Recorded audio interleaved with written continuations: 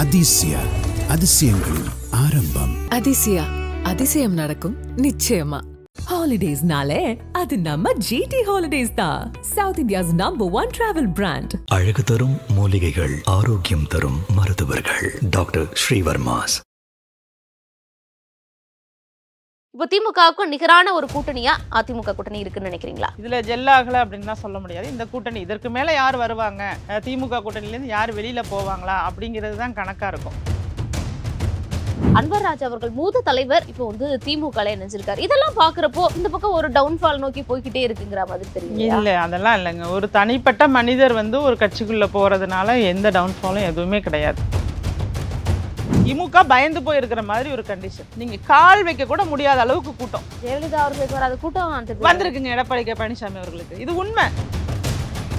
இதை பற்றி வாயையே திறக்க கூடாது அப்படின்னு யாரோ விஜய்க்கு சொல்லி கொடுத்துருக்காங்கல்ல. எதுக்காக விஜய் ஆணவர்களை பத்தி பேசுறேன்னு நினைக்கிறேன். சாதி ஓட்டுகள் குறைஞ்சு போயிடும். அந்த இளைஞர்கள் நிறைய பேர் இருக்காங்க, பட்டியலினம் சார்ந்த இளைஞர்கள் இருக்காங்க. அவங்க கேட்க வேண்டிய கேள்வியை நான் கேட்கிறேன். கட்சி விட்டு வெளியில வாங்கன்னு சொல்றேன். நீங்க ஏன் இருக்கீங்க அந்த இடத்துல? உங்களோட தலைவர் ஆணவ படுகொலை குறித்து பேசல அப்படிங்கும்போது நீங்க அந்த கட்சிக்குள்ளே இருக்க கூடாதுல்ல. ஆதவர்ஜுனா பேசினாரு அப்படின்னு சொல்றாங்க. ஆதவர்ஜுனா சொல்றாரு எல்லாத்துக்கும் விஜய் பேசணுங்கிற அவசியம் இல்லையே அப்படின்றாரு. அப்பனா பதவிக்கு வந்தாலும் ஆதவர்ஜுனா தான் முதலமைச்சரா இருப்பாரா? அடுத்த அதிமுக தாங்கதா அப்படிங்கறத கிளைம் பண்ணிக்கிறதுக்காக தான் எம்ஜிஆரை மட்டும் தொட்டு அவங்களை எதிர்க்காம இருக்காரு அப்படின்னு சொல்றாங்க. அப்ப அதிமுகவோட பெருவாரியான வாக்குகள் விஜய்க்கு போய் ஒரு ஆப்போசிஷன்ங்கிற இடத்துக்கு விஜய் வந்துருவாரா? அரசியலை பற்றி நல்லா தெரிஞ்சவங்க யாருமே அவரோட கட்சிக்குள்ளேயே போகல. விசிக துணை பொதுச் செயலாளரா இருந்தவர் எத்தனை வருஷமா இருக்காரு அரசியல்? நேரடி அரசியல்ல எத்தனை வருஷமா இருக்காரு? திரைக்கு பின்னால் இருந்திருக்கலாம். யாருமே நேரடி அரசியல்ல களம் கண்டவர்களே இல்லை அப்படின்னா, கல யதார்த்தத்தை புரிந்து கொண்டவர்கள் யாருமே அவர் பக்கம் போகலன்னா நீங்க பேசுறது ஒரு மாயை.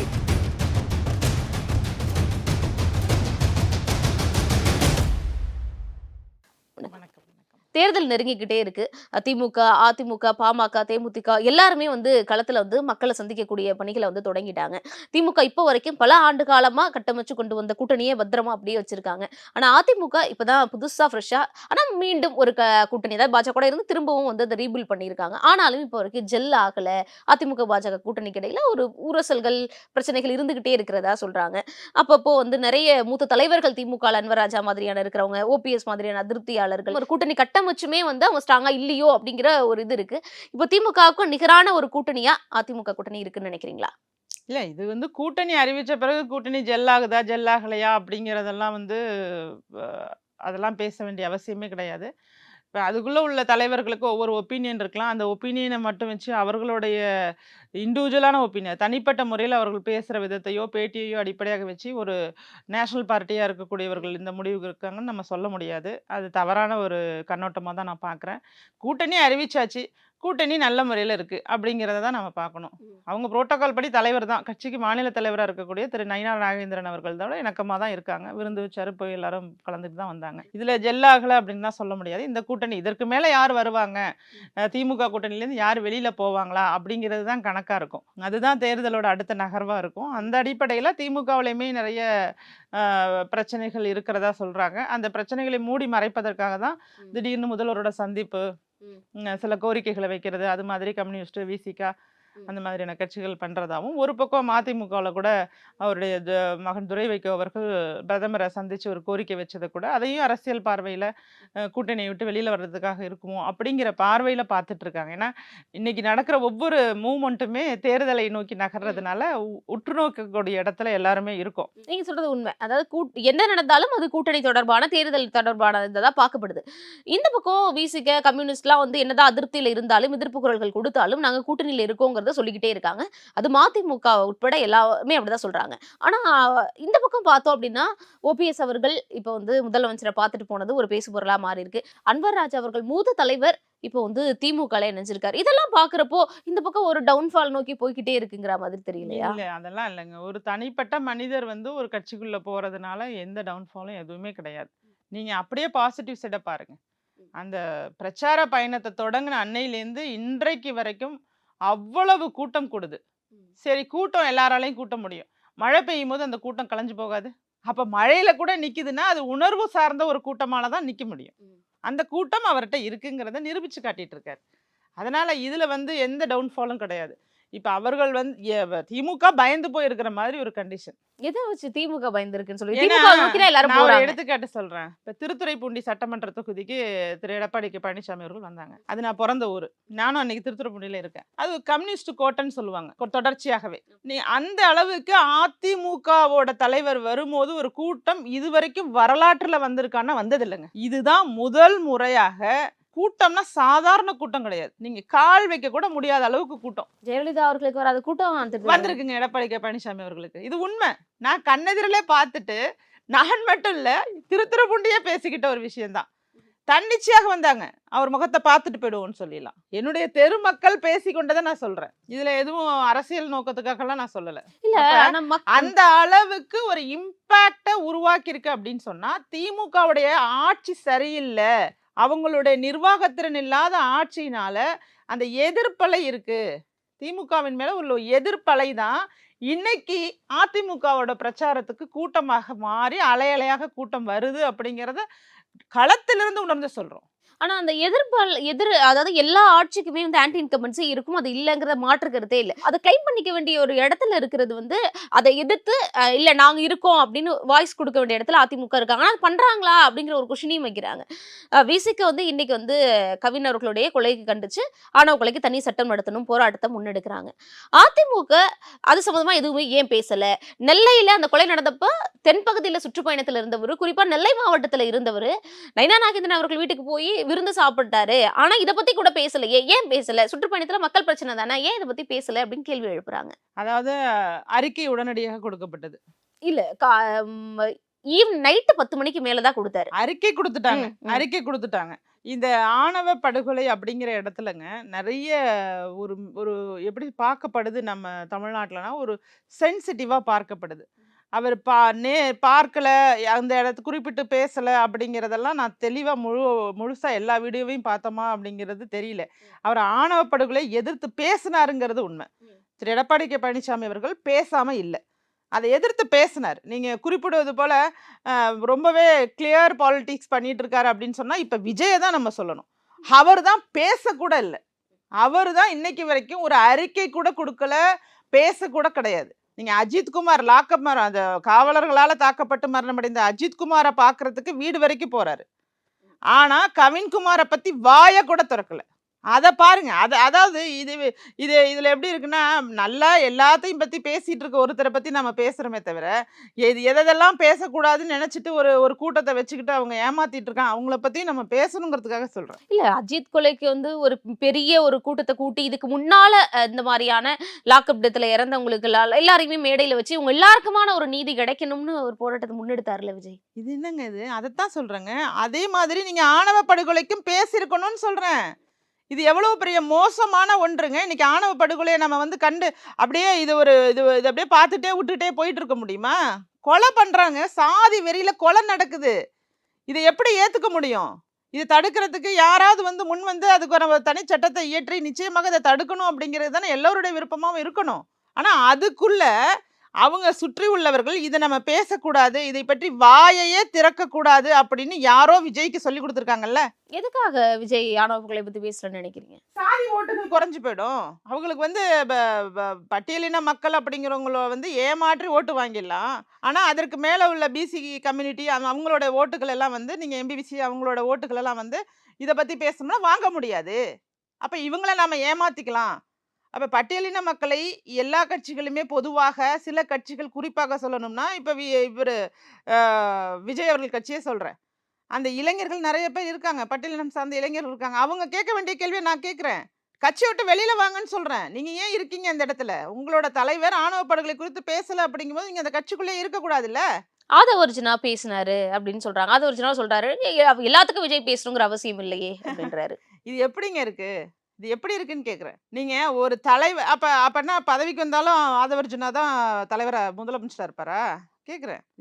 இது சரியான பதிலே கிடையாது. எல்லாவற்றிற்கும் அவர் தான் பேசணுமா அப்படின்னு ஒருத்தர் கேட்கறதுக்கு ஒரு ஆளை போட்டிருக்காங்கன்னா, அதுக்கு பேர் அரசியல் கட்சி. அரசியல் கட்சி தலைவரோ ஒரு உணர்வுபூர்வம்னா மக்களுக்கானவரோ கிடையாது. ஒரு கம்பெனி. அப்போ எம்டிக்கு கீழே ஒருத்தர் இருப்பாரு. அவர் இன்ஸ்ட்ரக்ஷன் கொடுத்துக்குவாரு. அதை கேட்டா போதும், எம்டியை தான் நீங்க பார்க்கணுமா, டீம் லீடரை பாருங்கிற மாதிரி இருக்கு. இது அரசியல் கட்சி கிடையாது.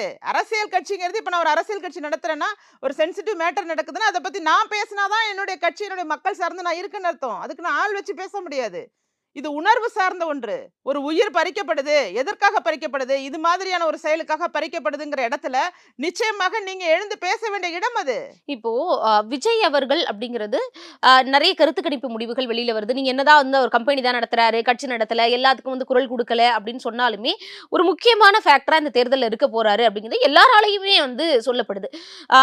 திமுக, அதிமுக இப்போ வரைக்கும் நாம் தமிழர் தனித்து களம் கண்டிருந்தா, இப்போ விஜய் அப்படிங்கிற ஒரு ஃபேக்டர் வரப்போ இது 3 பக்கத்தையுமே வந்து பாதிப்புக்குள்ளாக்கும். அதுலயும் குறிப்பா அதிமுக இப்போ வரைக்கும் அவர் தொடாமலே வந்து சேஃபா போயிட்டு இருக்காருன்னா, அடுத்த அதிமுக தாங்க தான் அப்படிங்கிறத கிளைம் பண்ணிக்கிறதுக்காக தான் எம்ஜிஆரை மட்டும் தொட்டு அவங்களை எதிர்க்காம இருக்காரு அப்படின்னு சொல்றாங்க. அப்ப அதிமுகவோட பெருவாரியான வாக்குகள் விஜய்க்கு போய் ஒரு ஆப்போசிஷன்ங்கிற இடத்துக்கு விஜய் வந்துருவாரா? அதெல்லாம் அரசியலை பற்றி நல்லா தெரிஞ்சவங்க யாருமே அவரோட கட்சிக்குள்ளேயே போகல. அதை பத்தி நீங்க என்ன நினைக்கிறீங்க?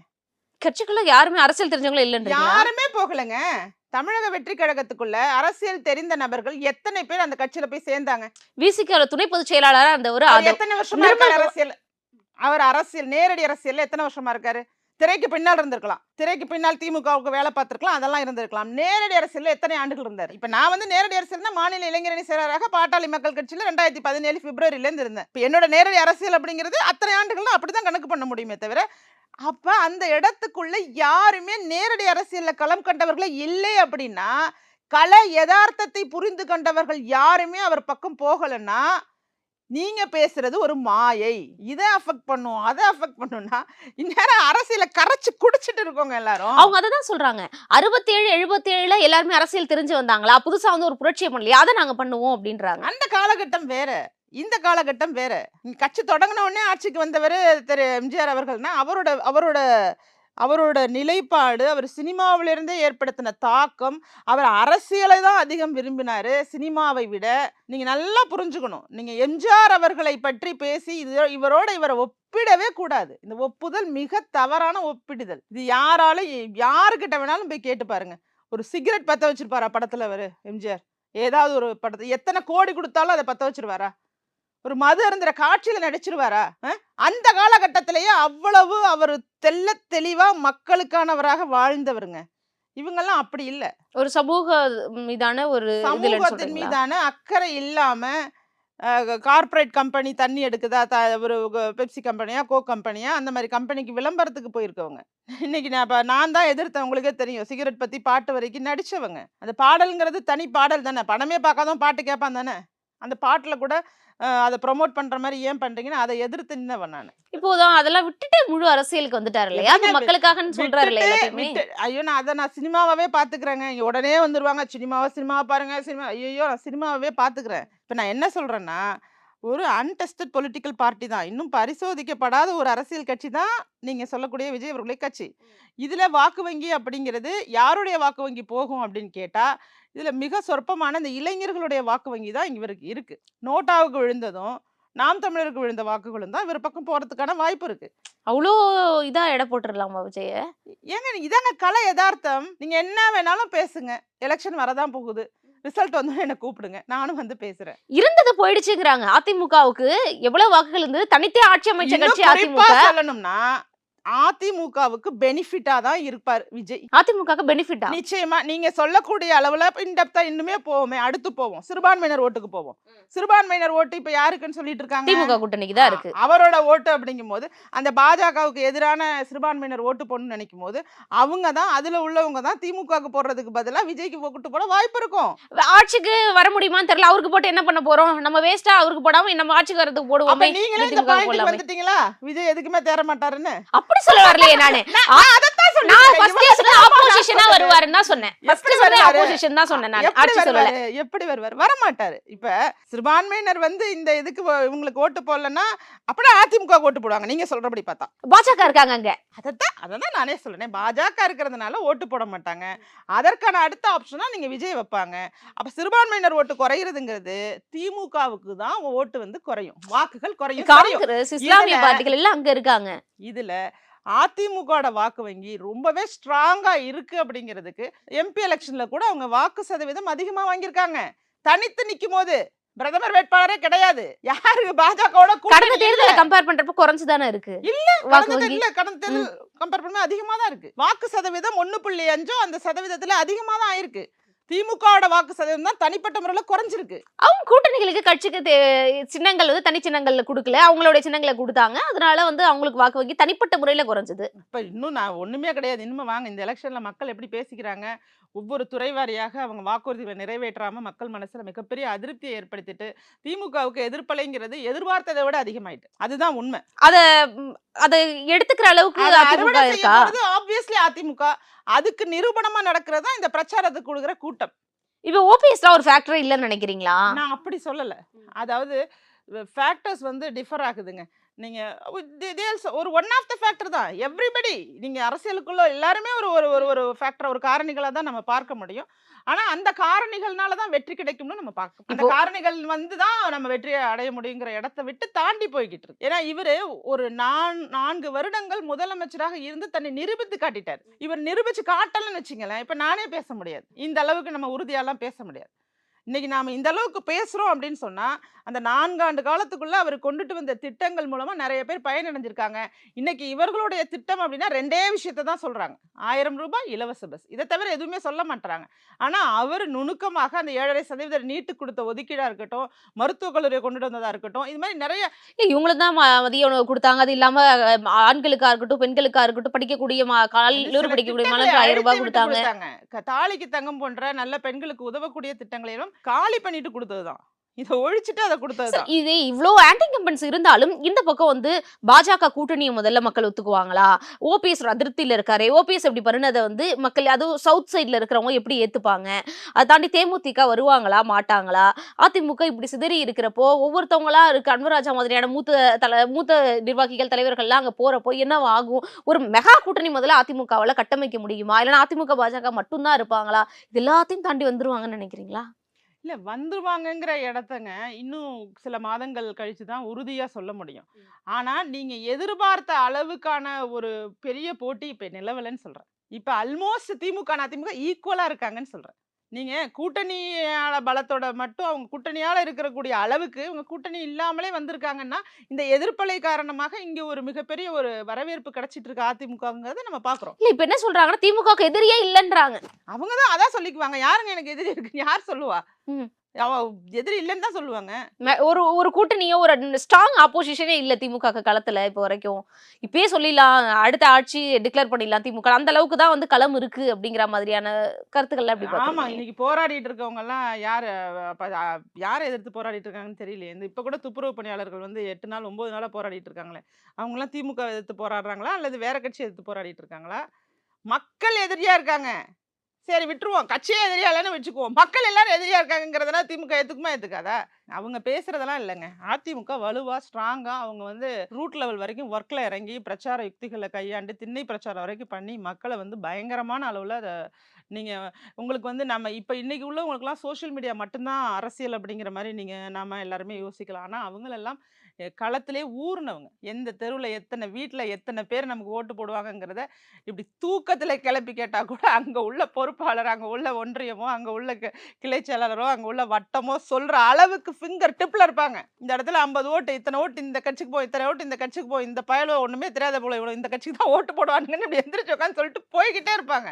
அப்போ அதனால நீங்க வந்து அந்த ரூட் லெவல் ஒர்க் அப்படிங்கறத நல்லபடியாகவே செய்து கொண்டிருக்கிறார்கள். இந்த ஒர்க் திமுகவும் பண்ணும். ஏன்னா 2 பேரும் சமமான அளவுக்கு பலம் பொருந்திய கட்டமைப்பை கொண்டவர்கள் தான். இதுல என்ன வித்தியாசப்படுதுன்னா இந்த நடுவில் இருக்கக்கூடிய டெசிஷன் மேக்கிங்காக அந்த நேரத்துல முடிவெடுத்து வாக்குகளை போடக்கூடிய மக்களுடைய வாக்கு தான் தேர்தல்ல வெற்றி தோல்வியை நிர்ணயிக்கும். கடைசி நேரத்துல நிர்ணயிக்கும். அந்த இடத்துல தான் இந்த எதிர்ப்பலை வந்து உட்காருது. இவருடைய நிர்வாகத்திறன்ல சரியில்லை, இவங்க நிர்வாகத்துல இந்தந்த கோளாறுகள்லாம் இருந்ததுனால நாம இந்த துறைகள்ல வந்து நம்மளால வந்து சரியா இல்லாம போயிடுச்சு. இதுதானே முக்கியமே. இப்ப சட்ட ஒழுங்கு தான் முக்கியம்.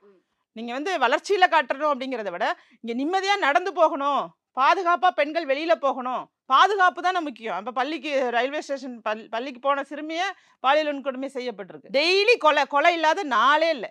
காலையில ஒரு கொலை, மதியானம் ஒரு கொலை, ஈவினிங் ஒரு கொலைன்னு சொல்லி கொலை செய்திகளை நம்ம பார்த்த வண்ணம் இருக்கும். அப்ப இதெல்லாம் தான் முக்கியம். இந்த இடம் இல்லைன்னா அந்த நடுவுல இருக்கக்கூடிய மக்கள் என்ன பண்ணுவாங்க? நிச்சயமாக அதிமுக காலத்துல அப்படி இல்லை, சட்ட ஒழுங்கு இந்த அளவுக்கு மோசமாக இல்லை, போதை கலாச்சாரம் இந்த அளவுக்கு மோசமாக இல்லை, 8% இருந்த போதை புழக்கம் இன்னைக்கு 24% மாறி இருக்கு. அது இல்லைன்னு சொல்ல முடியுமா? முடியாது. பாலியல் வழக்குகள் அதிகமாயிருக்கு, குடிக்க அடிமையானவங்க அதிகமாயிருக்காங்க, மதுவினால ஏற்படுற பிரச்சனை அதிகமாயிருக்கு. நீங்க எந்த பிரச்சனை எடுத்துங்க, ஒரு காவலரை அடிச்சு கொண்டது கூட மது போதையில தான் கொலை செஞ்சிருக்காங்க. ஆனா அந்த மது போதையை பற்றியோ அந்த மதுவால தான் இது ஏற்பட்டதுன்னு சொன்னதையோ அல்லது இந்த மதுவை அரசாங்கமே விற்கிதோ அப்படிங்கிறத பற்றி யாராவது இங்க வருத்தப்படுறாங்களா? அதுல A1 யாரு? கவர்மெண்ட். மதுவை விற்கக்கூடிய கவர்மெண்ட் தான், அரசு தான் அங்க A1. சரி, உடனே அடுத்த ஆட்சி வந்தா மது இருக்காதா அப்படின்னா இருக்கும். அதுக்குன்னு சில வரையறை கொண்டுட்டு வர்றதுக்கு இப்ப நாங்கெல்லாம் இருக்கோம், நாங்கெல்லாம் சேர்ந்து ஒரு குறிப்பிட்ட வரையறை என்னாவது ஏற்படுத்துவதற்கான முயற்சி செய்வோங்கிறத சொல்றேன். படிப்படியாக மதுவை குறைப்புன்னு சொன்னவங்க குறைக்கல. ரொம்ப ரொம்ப வருத்தப்பட்ட கனிமொழி அவர்கள் மதுவை பத்தி பேசுறதே இல்லை, தமிழ்நாட்டில் தான் அதிகமான விதவைகள் இருக்காங்கன்னு வருத்தப்பட்டாங்க. இது மாதிரியான இடம்லாம் இருக்குல்ல, இந்த இடமெல்லாம் தெரியும், போக போக தெரியும். இது எல்லாத்தையும் சரியான முறையில அறுவடை பண்ணி அதிமுக கொண்டு வந்துருவாங்க அப்படிங்கறத நம்புறீங்க இல்லையா? அது நடக்கும்னு. கொண்டு வந்துட்டு இருக்காங்க, கொண்டு வருவாங்க. இன்னும் பயங்கரமா. இப்ப நான் ஈக்குவல்னு சொல்லியிருக்கேன். அதிமுக அதிகமா போறதுக்கான வாய்ப்பு தான் அதிகமாகும். ஏன்னா இவங்க நடுக்கத்திலேயே இப்ப ஆட்சி பண்ணிட்டு இருக்காங்க. இப்ப அவங்க கவனம் முழுக்க உங்களுடன் ஸ்டாலின், நலன் காக்கும் ஸ்டாலின், அந்த திட்டங்கள்ல பேர் வைக்கிறதுக்கு எப்ப போறாங்களோ அப்பவே அவங்க வீக். நீங்க சொல்றதெல்லாம் நடக்குதா, களத்துல எதிரொலிக்குதா, அந்த ஆட்சி மாற்றம் வருதா அப்படிங்கிறதெல்லாம் பார்ப்போம். இவ்வளவு நிறைய முன்னாடி கேள்விகளுக்கு மிக நேர்த்தியான தெளிவான பதில்களை கொடுத்ததுக்கு நன்றி. நன்றி. அதிசய அதிசயங்களின் ஆரம்பம். அதிசயா, அதிசயம் நடக்கும் நிச்சயமா. ஹாலிடேஸ்னாலே அது நம்ம GT ஹாலிடேஸ் தான். South India's #1 travel brand. அழகு தரும் மூலிகைகள், ஆரோக்கியம் தரும் மருத்துவர்கள். டாக்டர் ஸ்ரீவர்மாஸ்.